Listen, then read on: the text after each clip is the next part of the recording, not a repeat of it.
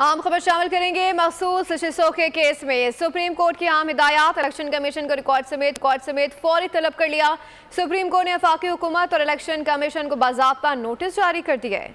Update करें आपको इस हवाले से। मखसूस नशिस्तों के केस में सुप्रीम कोर्ट की अहम हिदायत, इलेक्शन कमीशन को रिकॉर्ड समेत फौरी तलब कर लिया। मजीद जानते हैं जुल्करनैन इकबाल से। जी जुल्करनैन इकबाल, आगाह कीजिएगा। जस्टिस मंसूर अली शाह की सरबराही में 3 रुकनी बेंच ने सुन्नी इत्तेहाद काउंसिल की मखसूस नशिस्तों के सूल के लिए दायर अपीलों पर समाअत की। अदालत ने इलेक्शन कमीशन और वफाकी हुकूमत को बाज़ाब्ता नोटिस जारी करते हुए फौरी तौर पर तलब कर लिया है और 11:30 बजे तक समाअत को मुलतवी किया है। ये जस्टिस मंसूर अली शाह जो बेंच के सरबराह हैं, उन्होंने वाज़ेह किया है कि रोजाना की बुनियाद पर समाअत को मुकर्रर करेंगे, रोजाना केस सुन के इसको निपटाना चाहते हैं। Additional attorney general Aamir Rahman और जो इस वक्त मखसूस सीटों पर अरकान असम्बली या खवातीन अरकान असम्बली, उनके वकला की जानिब से बेंच पर इतराज किया गया शुरू में और कहा गया कि यह आइन के आर्टिकल 51 की तशरीह का मामला है, इसलिए मुनासिब होगा कि आई प्रैक्टिस एंड प्रोसीजर एक्ट के तहत 5 रुकनी लार्जर बेंच इस केस की समाअत करे, क्योंकि 3 रुकनी बेंच समाअत की अहलियत नहीं रखता।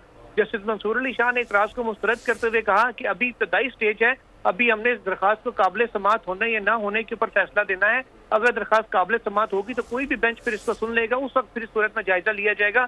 इस स्टेज पे 2 रुकनी बेंच भी समाअत कर सकता है। जुल्करनैन इकबाल आगाह करे थे, आपका शुक्रिया। सब्सक्राइब करें और बेल दबाएं ताकि कोई खबर रह न जाए।